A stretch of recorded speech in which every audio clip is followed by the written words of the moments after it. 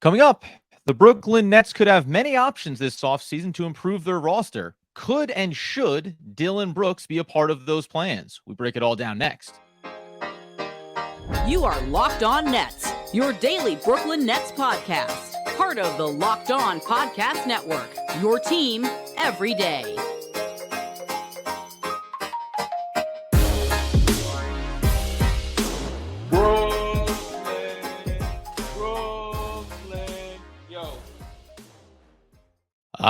Yes, my friends. It is the Locked On Nets podcast right here on the Locked On Podcast Network. It's your team, the Brooklyn Nets, every single day. Over there, you're going to find Doug Norrie, owner-operator of BFSR, for all your daily fantasy sports rankings from DraftKings to FanDuel. He's got you covered.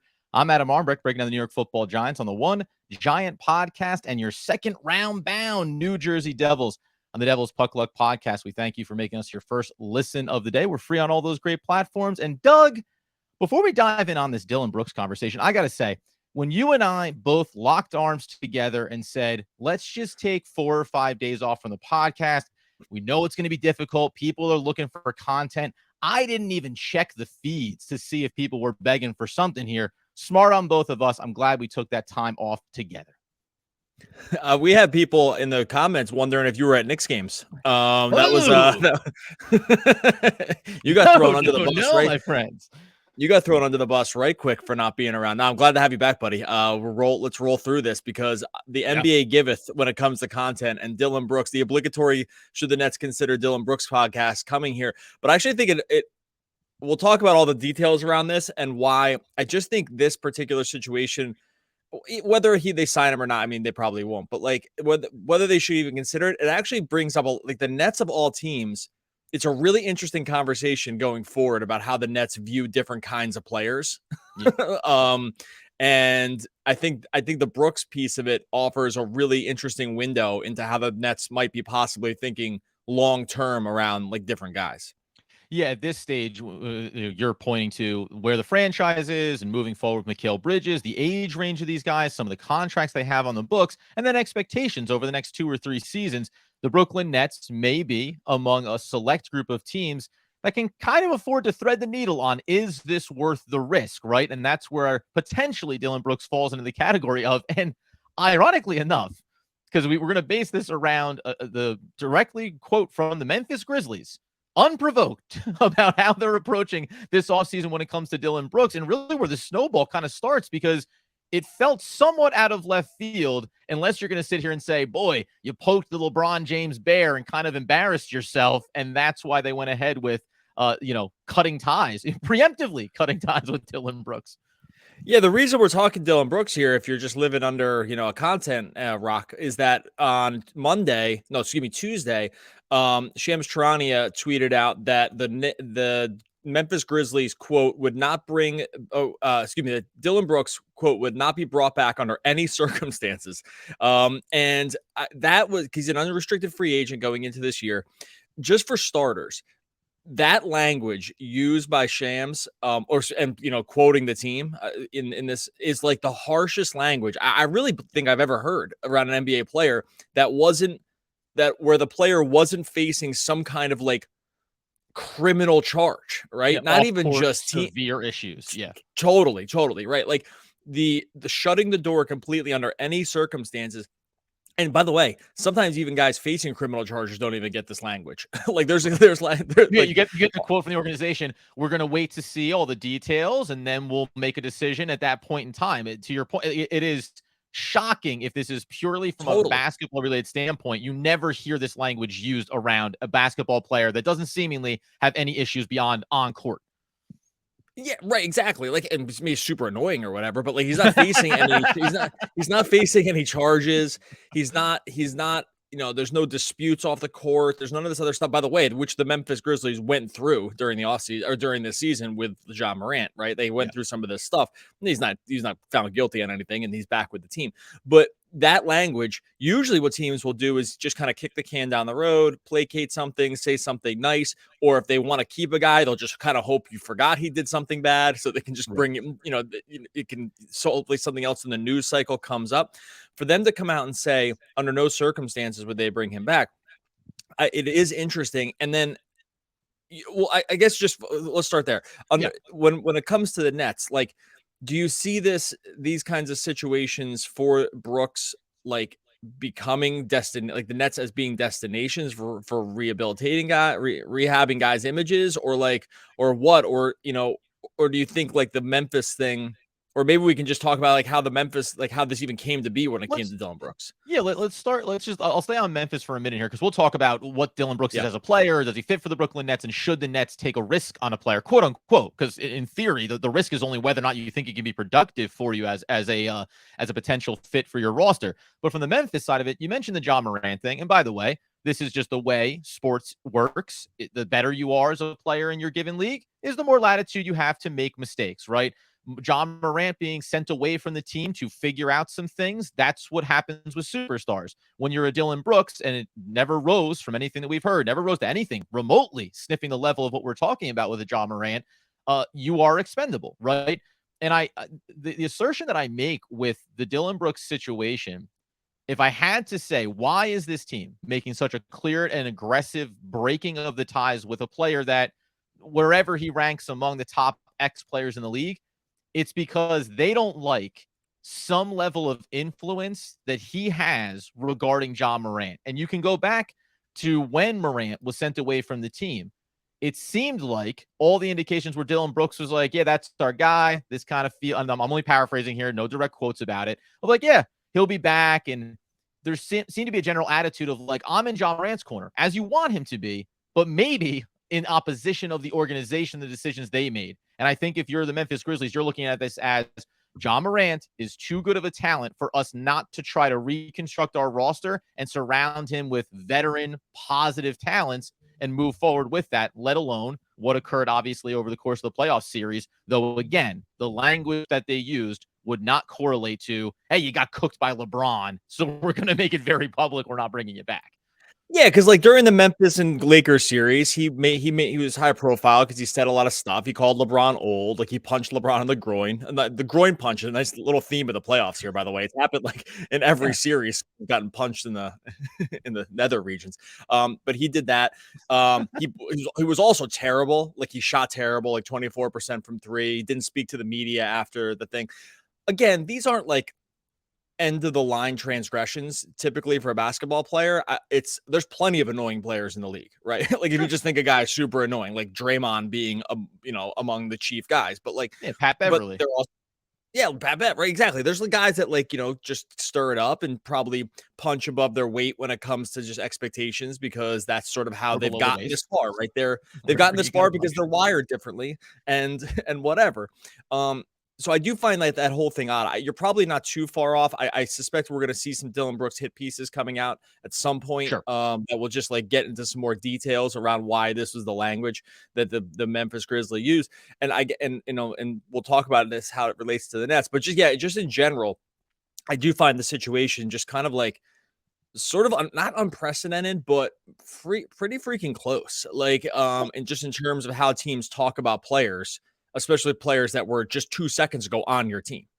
Yeah, again, it's like you can cut ties with a player, and for all the reasons you listed. But typically, the response from the organization would be, yeah, we're going to look at all of our options in the offseason. We're going to see what the best fits for our team are going forward. Tip of the cap and see you later. So coming up here in a second, we'll talk about whether or not this is and again, in quotes, risk the Nets should be willing to take, and why the way in which the Grizzlies talked about him at the end of the season actually would serve to benefit the Nets' opportunities to reclamate this project.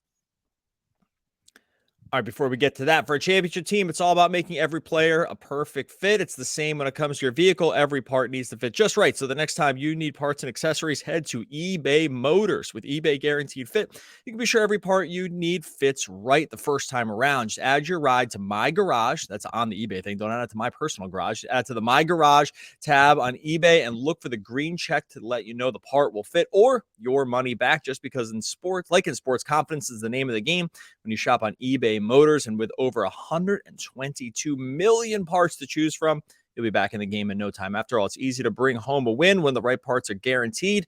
Get the right parts, the right fit, and the right prices on ebaymotors.com. Let's ride. eBay Guaranteed Fit, only available to U.S. customers. Eligible items only. Exclusions apply. Okay, So layer number 2 then to the Dillon Brooks possibility for the Brooklyn Nets is, one, does he make sense? Is he a fit? Is he an upgrade over what they currently have? The fact that this is the way the Memphis Grizzlies spoke about him is probably potentially going to put him into the 1-year prove it deal to get yourself back on track from a reputation standpoint. I will say this, Doug, it doesn't help that he had one of his worst statistical seasons in this last year with Memphis so far in his career, shooting under I think he was down to a little up on from last season on 3-point shooting, but down from the field overall. You take a look at his net ratings, a 113 defensively, just a 102 offensively. I mean, let's just go at the high level here. He's being talked about because of the weirdness of the way in which the organization has parted ways. Would Dillon Brooks be an upgrade for this team, for these Brooklyn Nets with what core we think is coming back for them? Well, it's really funny. So just on a strictly basketball level, I actually think he would actually fit a lot of the things that the Brooklyn Nets want to do. And just only basketball speak right here. Like we'll get into the other stuff later and why the Nets are a really interesting testing ground for this kind of thing now, specifically this version of the Nets in after what they just came out of on a player level, presumably just came out of. We'll see whatever else happens. But just on a basketball level, Brooks does fit a lot of what the Nets probably do want to do. He's a rangy wing. He's at times like shown that he can shoot threes. It's never been amazing. It's been pretty bad over the last couple of years. And he did spike it to 38%, but he's pretty far removed from that at this point. He takes terrible shots, which also doesn't help with his overall efficiency. Like he will jack shots, but like in that playoff series, like they were leaving him open. There was no fear at all that he was going to be a problem.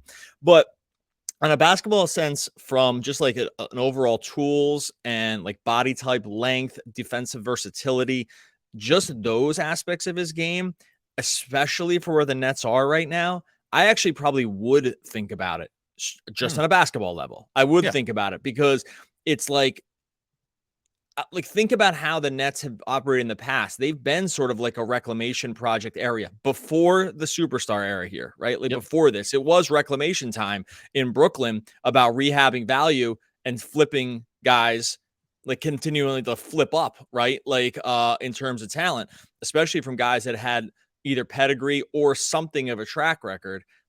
And had fallen on sort of like tough basketball times for themselves. Go ahead. Yeah. D'Angelo Russell is a really good example of that. Remember, like when he came to Brooklyn, it was because like you cannot get your act together as an LA Laker, and we can't depend on you to develop and grow. He comes to Brooklyn and in a very short time turns himself around. It turns around his reputation, we should say. Never any off-court issues for him. Just wasn't entirely sure if he wasn't mostly just a goofball and wasn't going to be able to be counted on the court. But he turns himself around, gets an opportunity obviously elsewhere, and then eventually cycles back, as all great things do, to where it all began, back in LA with the Lakers. But that's, I think, the closest thing I could think of. D'Angelo Russell never had any, I think, of the sentiments around Dillon Brooks, but that's a guy that needed to fix his reputation to whatever degree, right? Needed to just fix who he was perceived as being somebody that you could have complement and build a team alongside, right? A guy like Spencer Dinwiddie, as we know, that's just someone who never got an opportunity. Joe Harris, same kind of thing. But your theme does carry here for the Brooklyn Nets. Hey, a guy that maybe is looked at as being a discardable piece, and now all of a sudden gets an opportunity based on the availability for minutes for the Brooklyn Nets to maybe be able to come in and have a role. So I find that interesting. I would say, if we're going to just piggyback on like where he fits and how you want to construct things, after the trade, we know the Brooklyn Nets had a lot of deep length and defensive talent and guys we thought could be frustrating for the opposition. I think a move like Dillon Brooks to me would in some ways also suggest something else has to happen off of this, right? Going back a couple of weeks, we talked about Sean Marks and the deadline, the opportunities for Dorian Finney-Smith and moving other players around. I think bringing in a Dillon Brooks could make sense from a pure basketball standpoint. And I'd also be saying, what are the other moves you're making? Because just adding him into the mix, I would say, yeah, great, more defensive pieces. But you mentioned it there. This is a guy that they'll leave wide open. And there's already enough examples on this team of those being issues, specifically when it comes to late season basketball, playoff basketball. Dillon Brooks wouldn't solve all of their problems, even if he helps in some areas. Yeah, no, he's not gonna solve. I don't he's not making the team. He's not putting the team over some kind of hump, right? Like it's not I don't think you're looking at that kind of situation at all. Like you're looking at a situation. Honestly, really from a basketball perspective, you're looking at like how low could I buy an asset here with the thought that I could sell it higher? Because like if you think about D'Lo, like his situation was that he had, among other things, the Lakers, he had locker room issues, right? Like him and Nick Young had issues. Like there had been videos and stuff, and like he was kind of out. Like the team didn't want to really have him around. They didn't really trust him, I don't think. But it actually had nothing to do with the basketball stuff. It had to do with like I think some other off the court things. Like presumably it's like not too dissimilar. Again, like it's apples and oranges to some degree, but the Nets have done this. Like they've taken a lot of these guys. We talked about this many times. They've taken lower tier guys for whatever reason, either from a basketball perspective or like a personal perspective, and they've basically all left with more value. Years and years they did this for, like D'Lo, LeVert, Jared Allen, Karis LeVert. I said LeVert. There was another guy. Dinwiddie, LeVert, Allen. Maybe that was it. Oh, and D'Angelo Russell, right? Those were four guys that like left with more value than they came in with. Bruce Brown. I don't know. From that perspective, I can see it. There's other stuff here, right? But like, I just want to say, like, the Nets have shown the ability. It's been a few years now, but they've shown the ability to have done this in the past. Before we look at like, should they do it? I think you bring up a good point. So one of the other things to mention here is Dillon Brooks is 27. Like he fits the timeline with this group of players, with Mikal Bridges, with Cam Johnson, right? So if you're taking any type of, not risk, this is just general, if you're taking a path forward about building around this timeline, well, here's a guy that you can bring in, and if it works, and you could have him there for a few seasons through, you know, the Mikal Bridges contract, et cetera, before you think about 27 and 28 and 29 and all that draft capital. So it makes sense from that standpoint. The other thing that that you mentioned there too, I think is probably about grabbing value here. So how low is Dillon Brooks' value? Before we talk about should the Nets do it, how low do you think Dillon Brooks' value has gotten this offseason? And I'm going to lean on you for the sense of where was his value? You know what I mean? Like, is this a guy that's looking for a $15 to $20 million contract, and now you're talking about $5 million? Like that's, I think, the big discrepancy you wonder about as you go towards this offseason. Okay, I think Ramona Shelburne reported yesterday that he was another reason. I think that there was some a gap here in what the team and the player wanted, was that he asked for $25 million as a per year as a contract. Like, can't do it. And so what's that? I said, can't do that. I should make sure. I should probably source this really fast, but I'm almost positive that's what was said. Again, just because one person slid one number across the table and then usually doesn't warrant that number's too high, never talk to us again response, sure. Right? Like that doesn't, like that's not how that's not how negotiations tend to go. It's not like, oops, you chose a too high number, door slams, lock, deadbolt, like just make sure no one ever comes back in. So it's definitely more than that. But if that number can be believed, then he was asking for a really high number. I will say, I did think about this today. I actually just don't know like what the actual number is here. It is a really troubling thing when the team that you're on wants nothing to do with you, and it doesn't seem to be injury related. And by the way, when a guy's injured and the team wants nothing to do with them, that's also usually a bad sign. But it is rough for the guy, and maybe you want to say it's of his own creation. In terms of value, I don't know. I could go as far as many $1 million a year he gets a contract, all the way to he doesn't play in the NBA next year. Like that, like I think that's on the table. I think like taking a reset in another league is at least on the table. I don't think it's likely, but that is a rare thing to say about a guy who was just playing crunch time minutes for a team in the playoffs, who's not old, right? Yeah. So like it's on the table that he might be out of the league. So I don't think it right this second I'm able to ballpark what the number is, but just the fact that there's that wide a range of possibilities means that the number can probably go pretty low.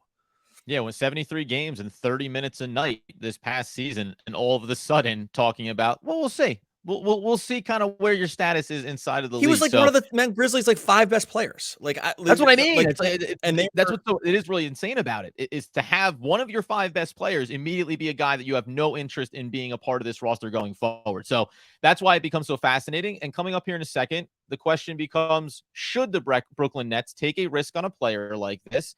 And in doing so, let's actually follow up with what Doug just mentioned there. Where would he be in the hierarchy of best players on the Brooklyn Nets roster? We dive in on that coming up. All right, this show is sponsored by BetterHelp. Look, right now it's easy to get caught up in what everyone else needs from you. Maybe you feel pulled in a lot of different directions. You're having trouble finding those little moments that you need for yourself, to think about yourself, to care for yourself. We spend a lot of our time giving, can leave us feeling really, really stretched thin and maybe even burned out. Therapy can help give you the tools you need to find more balance in your life. So if you keep supporting others, then you don't feel like you're leaving yourself behind. If you're thinking of starting therapy, give BetterHelp a try. It's entirely online. It's designed to be super convenient, really flexible, suited to your schedule. All you have to do is fill out a brief questionnaire. You're going to get matched with a licensed therapist. You can switch therapists, and if there's no additional charge there, you're going to find someone that works with you and for you. Just going to learn those positive coping skills, setting boundaries, empowerment, all the things that make you to be the best version of yourself. Find more balance with BetterHelp. Visit BetterHelp.com/LockedOnNBA today to get 10% off your first month. That's BetterHelp. HELP.com/LockedOnNBA. All right. We close out with, should the Brooklyn Nets be interested in a player like Dillon Brooks? And when I was thinking about this, Doug, in my mind, the question became, okay, this is a talent. He's a top 5 guy, and I want to see where you would put him in the hierarchy. But I think the real question you'd be asking is, 27-year-old obviously has upside, is run a little afoul here. Okay.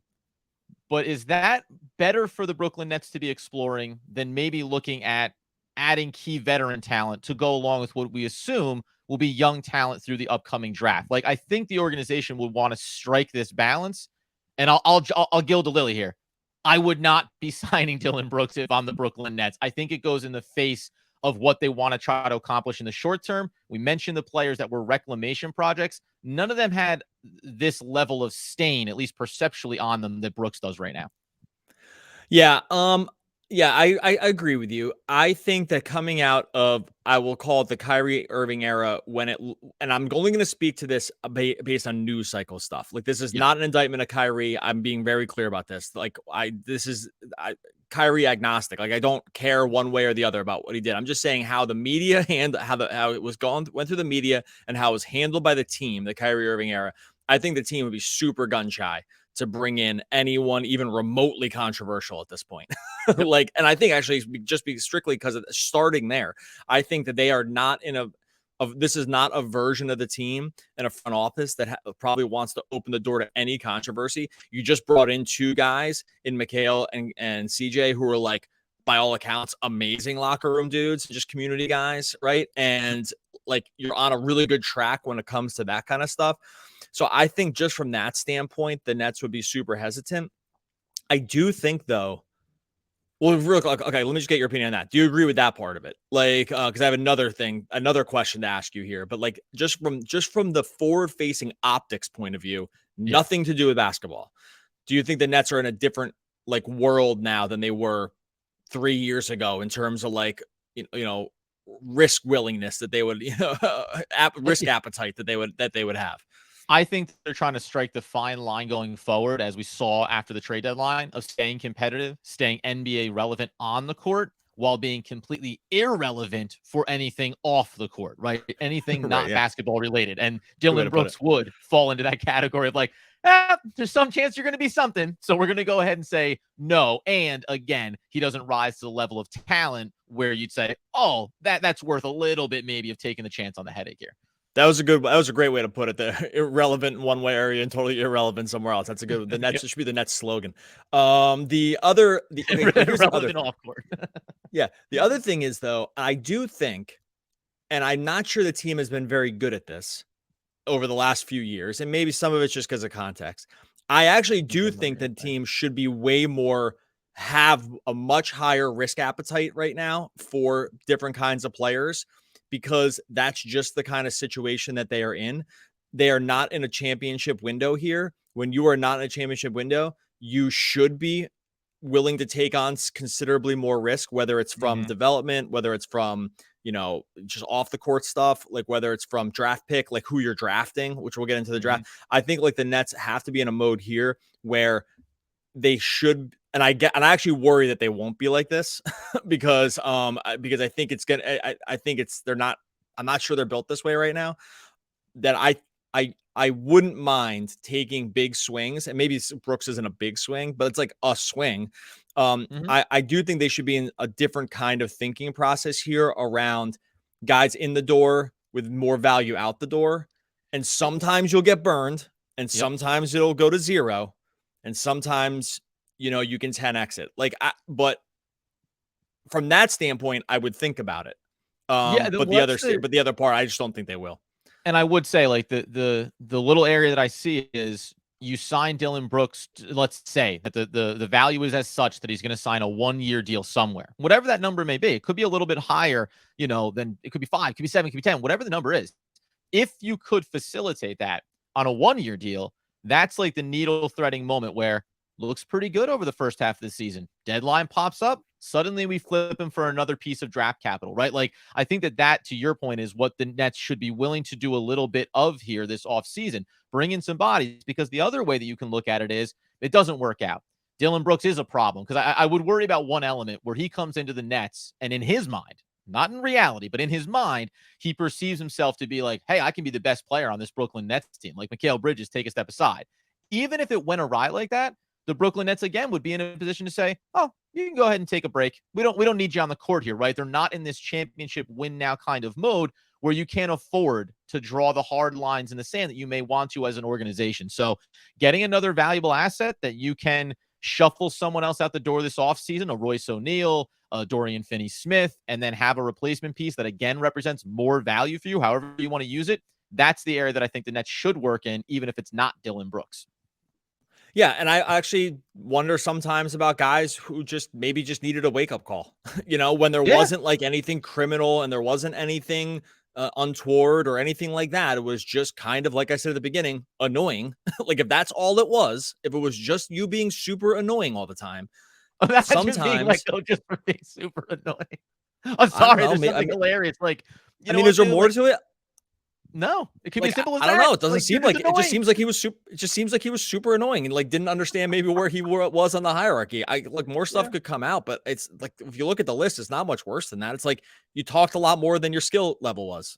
Yeah, is it more than that? I don't know. But so at that point, I do think sometimes all you need is a wake-up call, and guys can come out of different cycles a little bit differently. Okay, we're gonna get out of here. We are gonna go through get some different stuff this week. There's some NBA ranking stuff. It's gonna be interesting to see where the Nets land on some of these overall NBA ranks. I think we'll go through some of that next week. We'll start getting into some draft coverage and free agency stuff as well as we roll through the offseason. In the meantime, make sure you're subscribed over to Locked On Nets YouTube. Continue to see those numbers grow in the comments. Oh my goodness, the comments. Much appreciate everyone that's just throwing these comments into YouTube. We had hundreds and hundreds and hundreds of comments over the last few days. Really appreciate it. Mixing it up there. Make sure you subscribe to Locked On Nets YouTube. Where's Adam? When's he coming back? Those are all the questions people are asking over there. We always appreciate it. Dillon Brooks may find himself in a quiet moment asking or saying, I'm going to say that there's at least a chance that I didn't think this all the way through. That's Andy Dwyer, my friends. One of the all-time great poets. Is that right before the tattoo? I feel like that's what that was. Right. All right. We're going to go. Okay, one of the all-time great poets back again tomorrow talking more Brooklyn Nets basketball.